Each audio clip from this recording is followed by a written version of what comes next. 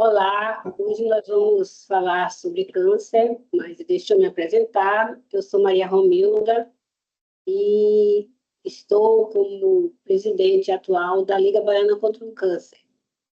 E para contextualizar, eu vou falar algumas coisas sobre a Liga Baiana contra o Câncer, para vocês entenderem onde é que a gente situou o câncer aí. A Liga Baiana contra o Câncer foi fundada em 1936 por um grupo de pessoas da sociedade baiana, lideradas pelo professor de ginecologia Aristides Maltês. Eles queriam fundar o Instituto de Câncer na Bahia. Fundar quer dizer fazer construir, que se dedicasse a atender pessoas das camadas mais carentes da população. Essas pessoas mais pobres que tinham câncer não tinham como ser acolhidas em leitos hospitalares naquela época. Então, eles decidiram envidar todos os esforços para fazer construir esse instituto. Bom, no dia da fundação da Liga Baiana contra o Câncer, o professor Aristides Maltês disse essa frase, que é o nosso mantra, como se diz aqui: esta, a Liga Baiana, é a lâmpada da caridade que jamais se apagará no coração dos meus seguidores. Realmente, as obras do hospital começaram, mas o professor Aristides Maltês faleceu logo no início das obras. Então, o pessoal da Liga resolveu renomear o Instituto de Câncer da Bahia e chamá-lo de Hospital Aristides Maltês. Bom, o Hospital Aristides Maltês vive sob o guarda-chuva, digamos assim, da filantropia, bem como a Liga, e esse amor ao ser humano, de que fala a filantropia, no nosso caso, da Liga Baiana, esse amor é direcionado para a sobrevivência, a modernização do Hospital Aristides Maltês. Mas tudo que a gente respira aqui tem a ver com filantropia. Bom, o Hospital Aristides Maltês, vocês estão vendo uma vista aérea daí, ele não é só o que a gente vê quando passa na Avenida Dom João VI, a gente só vê essa primeira fachada, que é antiga, mas ele tem esses outros módulos, digamos assim, essas outras construções, tanto laterais quanto ao fundo. E ele foi fundado e passou a funcionar em 1952, e até hoje são passados 78 anos, né? 76 anos, e ele nunca fechou as portas esse tempo todo, apesar das inúmeras dificuldades. Isso porque é um hospital que atende unicamente aos clientes conveniados no Sistema Único de Saúde, SUS, e nós acreditamos nisso, não pretendemos mudar, e nossa dedicação e todas as nossas atividades são para o Sistema Único de Saúde. Por outro lado, nós crescemos e o Ministério da Saúde nos colocou como CACOM. CACOM significa Centro de Alta Complexidade em Oncologia, como vocês estão vendo aí, e nós temos que atender pacientes com qualquer tipo de câncer, desde os mais raros aos mais difíceis, já que somos o único CACOM de todo o estado da Bahia. E possuímos, sim, todos esses requisitos que vocês estão vendo aí. Bom, só para se ter uma ideia das atividades do Hospital Aristides Maltês, vocês estão vendo aí, nesse quadro, em 2023, nós atendemos 9.437 casos de câncer. Esse ano nós tivemos alguma dificuldade com anestesia no início do ano, mas de janeiro a setembro nós já tratamos 5.365 pessoas com câncer. Na realidade, a previsão segundo o Instituto Nacional de Câncer, para o ano de 2024, no Brasil, é que sejam diagnosticados 704 mil casos de câncer. E na Bahia, 38.840. Nós sabemos que cerca de 30% de todos os casos da Bahia terminam chegando até nós e nós acolhemos.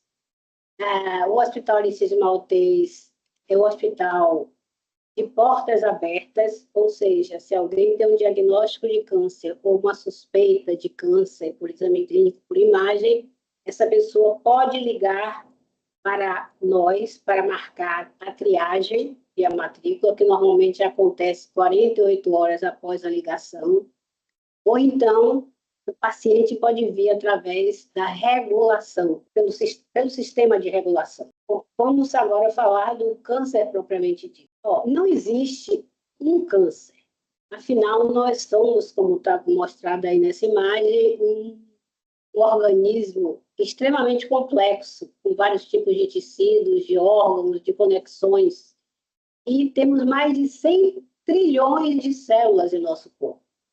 Então, justamente por causa disso, nós sabemos que existem mais de 100 tipos de doenças, todas elas chamadas de câncer.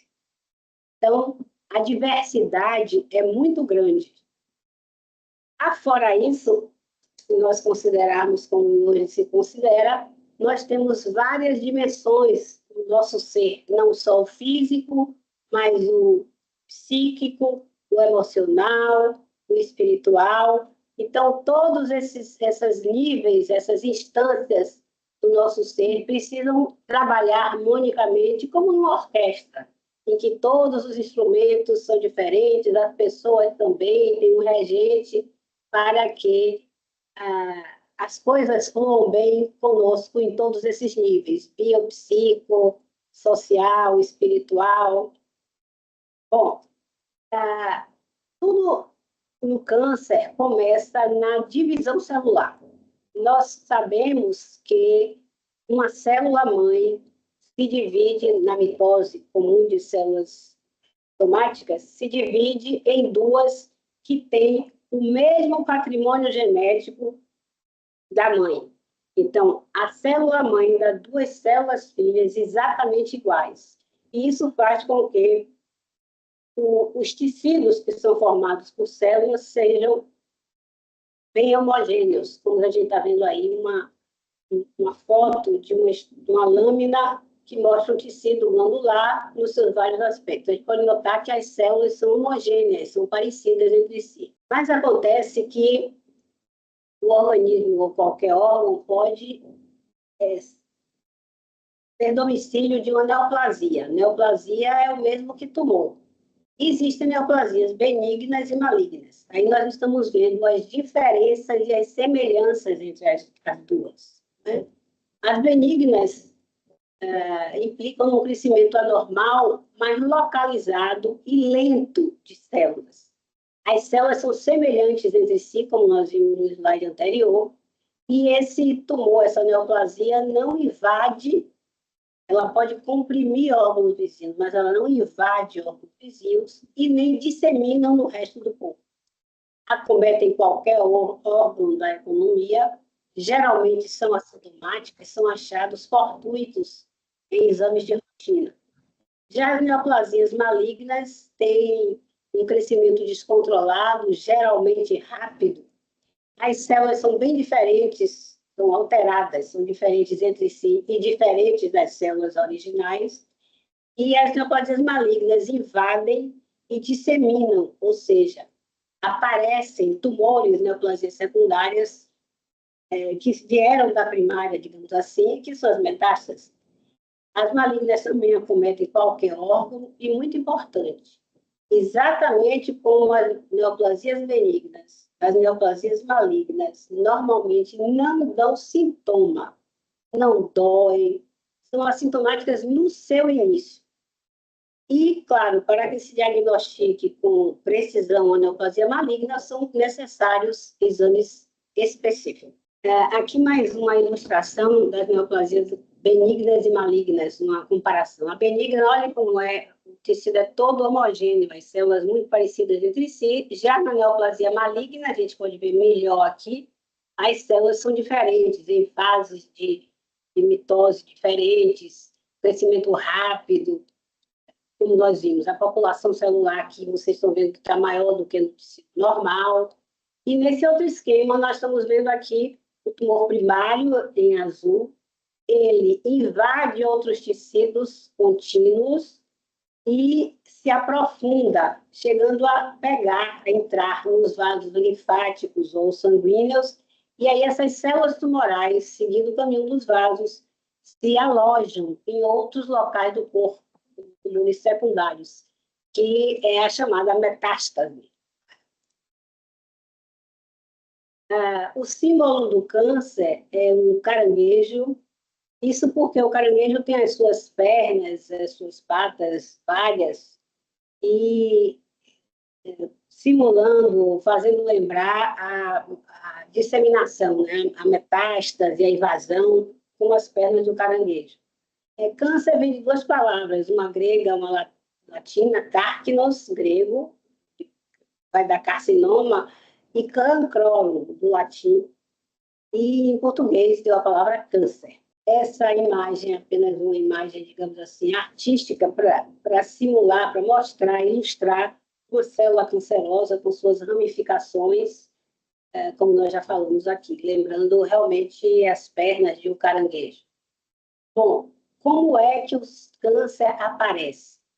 É a chamada gênese do câncer, a criação do câncer, carcinogênese ou oncogênese, como preferimos chamar hoje em dia. Então, o que é uma carcinogênese ou uma oncogênese? Como vocês estão vendo aí, é o desenvolvimento de uma neoplasia maligna, desde as alterações precoces no DNA, que nós vamos falar, de uma ou mais células, até a formação do tumor em si, que pode destruir todo o organismo, pode destruir o ser. Tudo tem a ver com o DNA. O DNA é a série do patrimônio genético da pessoa, e eles são duas tiras longas, torcidas em espiral, e cada ponta desse colar é um gene. Então, os genes formam o DNA, que é o ácido desoxirribonucleico, e formam o cromossoma. Como eu disse, tudo isso é do nosso patrimônio genético, fica na intimidade da célula. Para a gente entender melhor, ali está uma célula, os cromossomas dentro da célula, e os cromossomas são formados, como vimos, de DNA. O DNA com seus genes, que são as pontinhas do colar, que é a dupla hélice. E aqui eu coloquei esse 2 metros aqui, porque se você pegar um cromossoma de uma célula e estender ele, a cromossoma de uma célula, ele vai dar cerca de 2 metros de comprimento. Imaginem como ele é encaracolado, digamos assim. E para vocês verem, para a gente falar da complexidade do patrimônio genético, do DNA, do gene, do cromossoma, em relação ao chimpanzé, nós, seres humanos e os chimpanzés, compartilhamos 98% do DNA.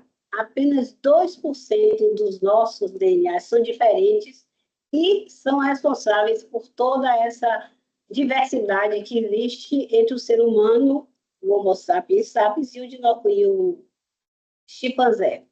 E esse DNA, esses cromossomos, que são responsáveis por tudo, pela cor dos nossos olhos, por sentirmos ou não o cheiro ruim da barata, pela formação da orelha, e assim por diante.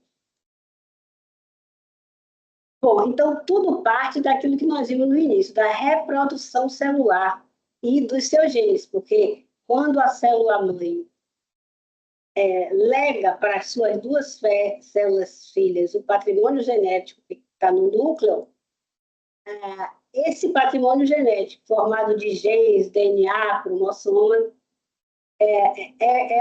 digamos assim, um repositório de tudo isso que nós vemos. Só que existem alguns tipos de genes especiais. Existem os chamados proto-oncogenes, que estimulam a reprodução celular, e existem os genes supressores de tumores, que inibem a reprodução celular. Eles não têm a ver com o câncer em si. Eles são genes que todos nós temos, uns que estimulam a multiplicação celular e outros que inibem. O grande problema está na carcinogênese de que nós tratamos, quando existe mutação, quando algum desses genes, ou os proto-oncogenes estimuladores, ou os genes supressores inibidores, eles sofrem alguma alteração no íntimo da célula. Então, essa mutação, por exemplo, se for no proto-oncogênio, ele pode passar a estimular muito mais a reprodução celular. Então, predispõe ao câncer. Os genes supressores que inibem a reprodução celular, eles podem sofrer uma mutação que faça com que eles sejam inibidos. Então, eles não conseguem inibir, não conseguem suprimir a multiplicação celular acelerada. E, para ilustrar isso, que não é tão claro assim, está aqui umas figuras, né? Como é que acontece? Primeiro, são 3 as fases da carcinogênese, basicamente. A primeira fase é chamada de iniciação. Existe uma mutação no gene do DNA, do cromossoma, de uma ou de mais células. Então, essas células ficam, digamos assim, marcadas. São os agentes iniciadores que fazem essa marcação, né? Vamos falar dele depois. Depois existe a promoção, ou seja, essas células já marcadas, iniciadas pelos agentes iniciadores, elas sofrem a ação contínua e perseverante de algum outro agente cancerígeno. E a terceira fase é a progressão, quando existe realmente a formação da lesão, da neoplasia maligna, que se multiplica rapidamente, que invade e que dá metástase. Mais uma vez, iniciação, agentes cancerígenos alteram a estrutura do gene, do DNA. Na promoção, os agentes de longa duração persistentes malignizam as células. E, por fim, existe a progressão, a multiplicação descontrolada dessas células enlouquecidas, o tumor em si. O tumor invade os tecidos vizinhos, esses tecidos verdes. Essas células verdes são, digamos assim, o tecido vizinho, e as células malignas entram na corrente celular, na corrente sanguínea ou linfática e vão para outros órgãos, para outros tecidos, criando, digamos assim, um outro tumor, que são as metástases. Bom, um dos agentes chamados carcinógenos completos, ou seja, ele tanto é um agente iniciador, que marca a célula, quanto é um agente promotor, que maligniza a célula. É o tabagismo, é o tabaco. Ele faz tudo isso. Por isso que nós chamamos de carcinógeno completo. Existem outros, mas esse é o mais, digamos assim, o mais familiar para todos nós. O organismo se defende, claro. Ele tenta reparar a mutação.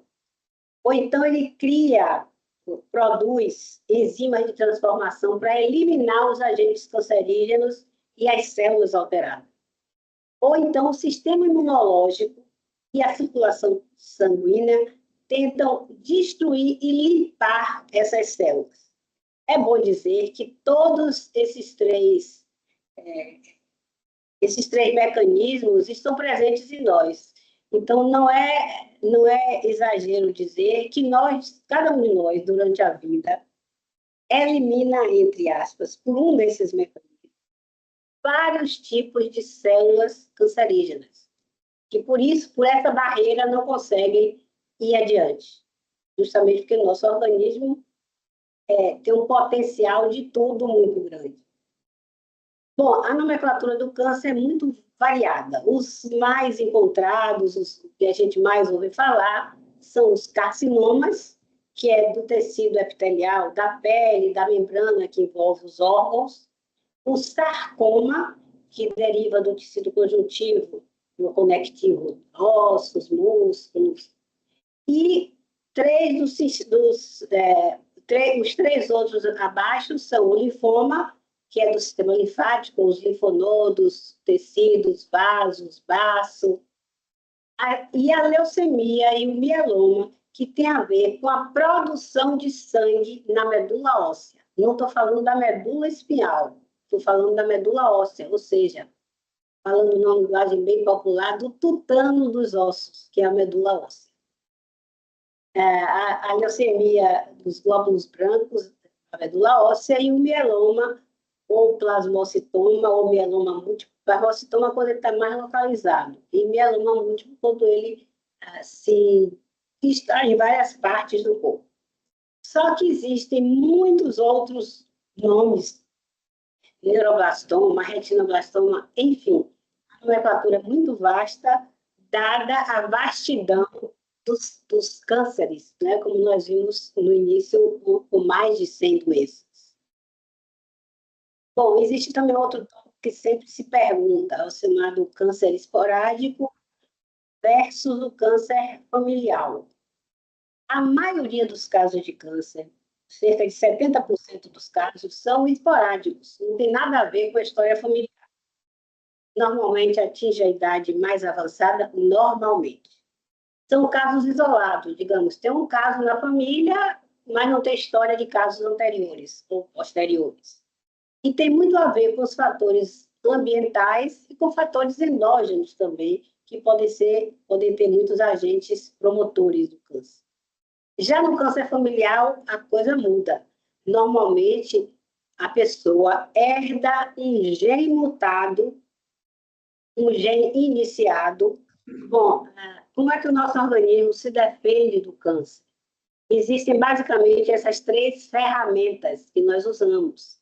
A reparação do DNA, daquele gene mutado, a formação de enzimas que transformam e eliminam os agentes cancerígenos, as células alteradas, e a competência do nosso sistema imunológico, a nossa imunidade, como se diz. E aí estão o fígado, baços, glândulos linfáticos, timo, medula óssea e a circulação sanguínea.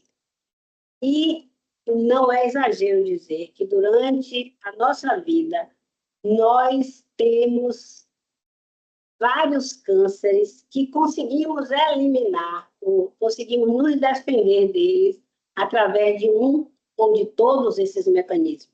Bom, em termos de nomenclatura, existem muitos nomes para os diversos, mais de 100 cânceres. Os mais ouvidos, os mais falados, os mais comuns são esses que estão aí.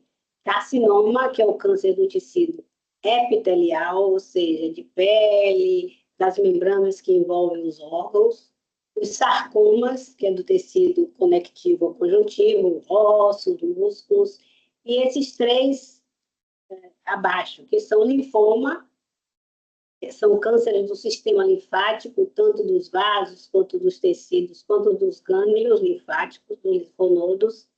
A leucemia, que é alteração que interfere na produção dos glóbulos brancos da medula óssea, dos leucócitos que ajudam a defender o organismo, e o mieloma, que tem a ver com a medula óssea. O plasmocitoma é quando o mieloma é localizado, e o mieloma múltiplo, quando as alterações de medula óssea estão em várias partes do corpo. Vale lembrar que medula óssea não é a medula espinhal, que fica dentro da coluna vertebral. A medula óssea é digamos assim, numa linguagem bem clara, é o tutano do osso. Isso aqui é medula óssea.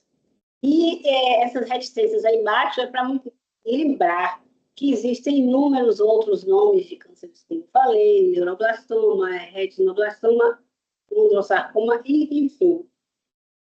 São muitos os nomes para designar essas mais de 100 doenças que nós falamos no início. Existe o câncer esporádico, que graças a Deus é a maioria, 70% dos casos, e o câncer familiar, que tem a ver com o nicho familiar, digamos assim. Mas o esporádico é cerca de 70% dos casos de todos os cânceres, tende a acometer pessoas em idade mais avançada, embora isso não seja uma regra rígida. São casos normalmente isolados, ou seja, alguém tem um câncer, mas não tem nenhum outro caso na família, nem casos pregressos, nem concomitantes, e tem muito a ver com fatores ambientais e endógenos. Já o câncer familiar ocorre em apenas, no máximo, 20% de todos os casos, a idade tende a ser mais precoce e, geralmente, existem muitos casos na família do mesmo tipo de câncer. Aqui, o fator genético é o mais forte de todos, porque a pessoa já nasce com o gene mutado. E os fatores endógenos e ambientais ajudam a que esse gene mutado inicie, digamos assim, a oncogênese, a formação do câncer. Então, as perguntas que sempre se fazem de um modo geral. O câncer é hereditário? Não. As mutações podem passar de pai para filho, o gene mutado, né? O filho herda o gene mutado, mas não o câncer. Ele precisa de outros fatores para desenvolver o câncer. É contagioso? Não. Mesmo os causados por vírus, que geralmente são muito contagiosos, o câncer não é contagioso. Os vírus podem ser transmissíveis, mas o câncer, não. É curável o câncer? Sim e não. Os cânceres são curáveis quando o diagnóstico é feito no início e o tratamento é feito logo e de maneira adequada. Mas, mesmo quando não são curáveis, existem aqueles que são preveníveis ou evitáveis e outros que, não sendo curáveis nem preveníveis, são, pelo menos, controláveis. E o que é que determina essa variedade de ser curável ou não ser curável? O tipo histológico do tumor, o subtipo histológico, o estadiamento, ou seja, a fase em que o tumor foi diagnosticado, se está muito avançado ou não, e a imunocompetência individual, além de outros fatores. Tudo isso influi. Bom, o Ministério da Saúde divulgou que esses dados que estão aí, o câncer de pulmão, 90% mais ou menos de todos os casos são diretamente ligados ao tabagismo, ao uso do fumo, do cigarro. Além do câncer de pulmão, o tabagismo causa câncer de laringe, de faringe, de esôfago, de pâncreas, de boca, de bexiga e de rim. E esse dado do lado, 30% dos casos seriam evitados pelo controle do tabagismo. Em relação aos hábitos alimentares, que hoje em dia estão muito em voga, eles têm muito a ver, a alimentação de processados, a alimentação inadequada, tem a ver com câncer de colo, de reto, de estômago, de esôfago, de boca, e dizem que de mama e de próstata. Então, é dito que 30% a 40% dos casos de câncer de um desses locais seriam prevenidos através de medidas dietéticas simples, ou seja, de uma alimentação mais saudável. Em relação à exposição solar também, mais de 30% dos casos seriam preveníveis, seriam evitados pelo uso de medidas de proteção à radiação solar.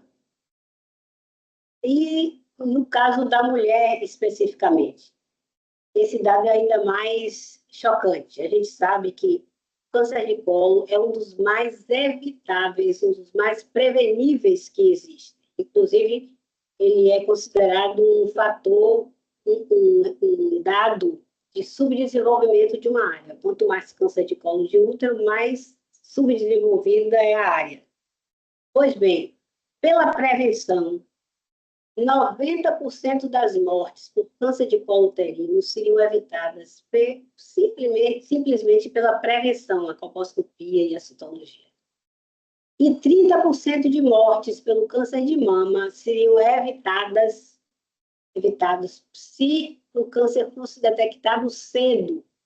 E não é só sentir o caroço. Quando a mulher sente o caroço no autoexame, o câncer já não está tão inicial assim. Ele é descoberto, por isso que eu falei de exames específicos lá atrás, principalmente por exame de imagem, tipo a mamografia, depois de certa faixa etária.